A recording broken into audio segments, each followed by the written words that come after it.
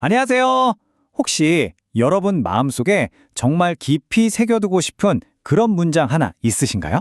음, 오늘은 바로 그 답을 한번 같이 찾아가 보려고 합니다. 자, 그 힌트를요, 한 남성의 아주 특별한 경험에서 찾아볼 수 있을 것 같아요. 이분이 산에서 정말 죽을 고비를 넘겼거든요. 그러고 나서 인생에 대해 아주 중요한 걸 깨닫게 됩니다.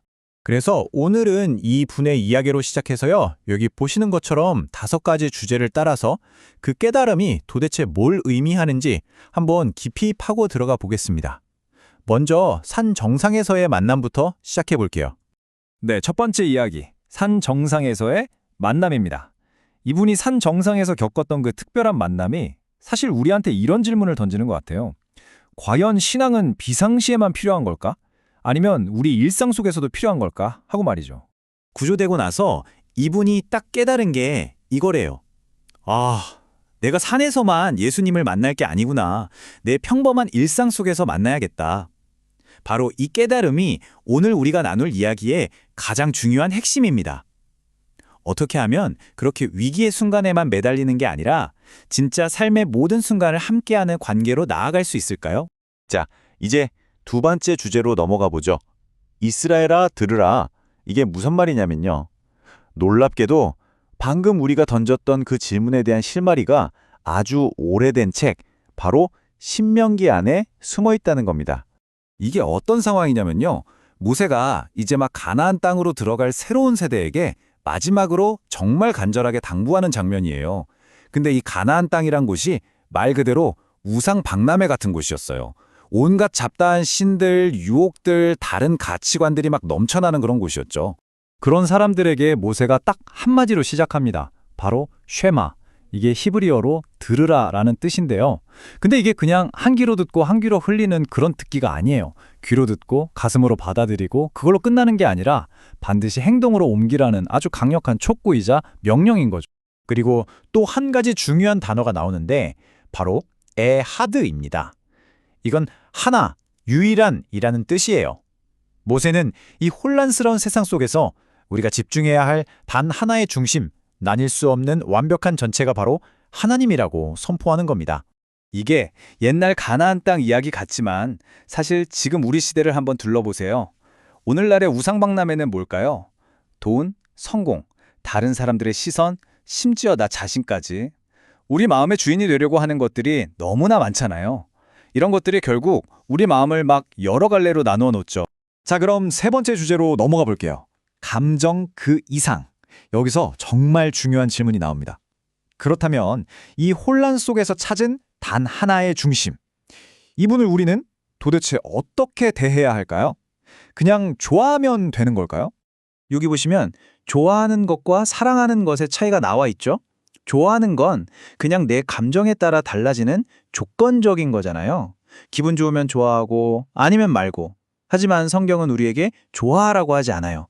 책임을 지고 헌신하고 때로는 희생까지 감수하는 사랑하라고 명령합니다. 완전히 다른 차원의 이야기죠. 마치 연인이 헤어질 때 이런 말 하는 것처럼요.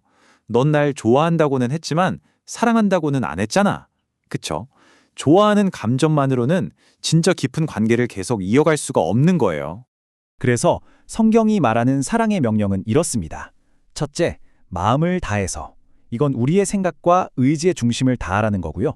둘째, 뜻을 다해서. 이건 우리의 목숨, 우리 존재 전체를 걸라는 뜻이죠.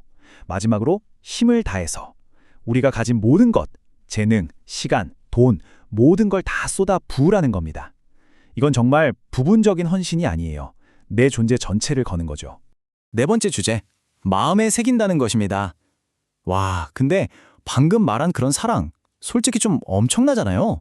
이걸 도대체 어떻게 우리 현실 속에서 살아낼 수 있을까요? 그냥 믿는다고 다 되는 걸까요?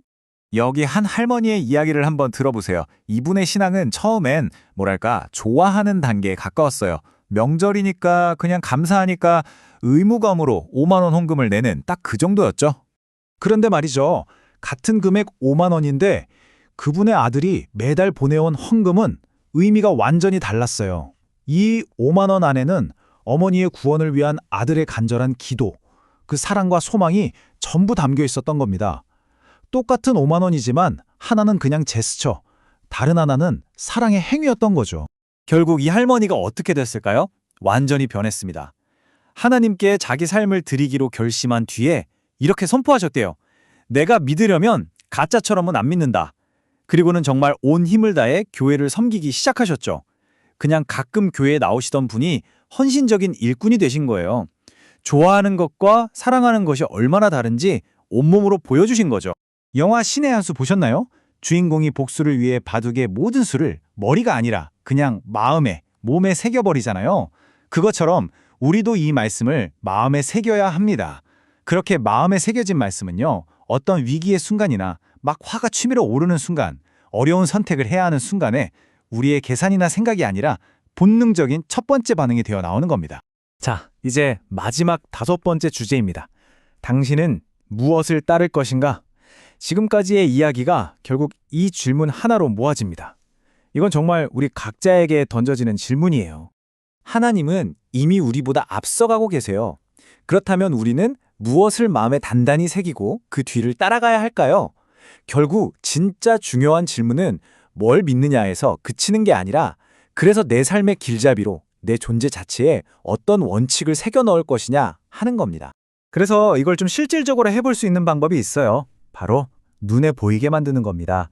내가 마음에 새기기로 한 그 문장을요, 휴대폰 배경화면에도 해놓고 컴퓨터 바탕화면에도 깔아놓고 책상 위, 자동차 안, 심지어 지갑 속에까지 계속 볼 수밖에 없게 만드는 거죠. 그렇게 해서 항상 내 생각의 가장 앞에 둘 수 있도록요. 자, 이제 이야기를 마무리할 시간입니다. 오늘 나눈 이 모든 이야기들 앞에서 여러분은 어떤 생각을 하셨나요? 앞으로의 한 해, 아니 어쩌면 남은 인생 전체를 위해 여러분의 마음에 깊이 새겨야 할 그 단 하나의 단어 혹은 그 문장은 무엇입니까? 한번 깊이 생각해 보시면 좋겠습니다.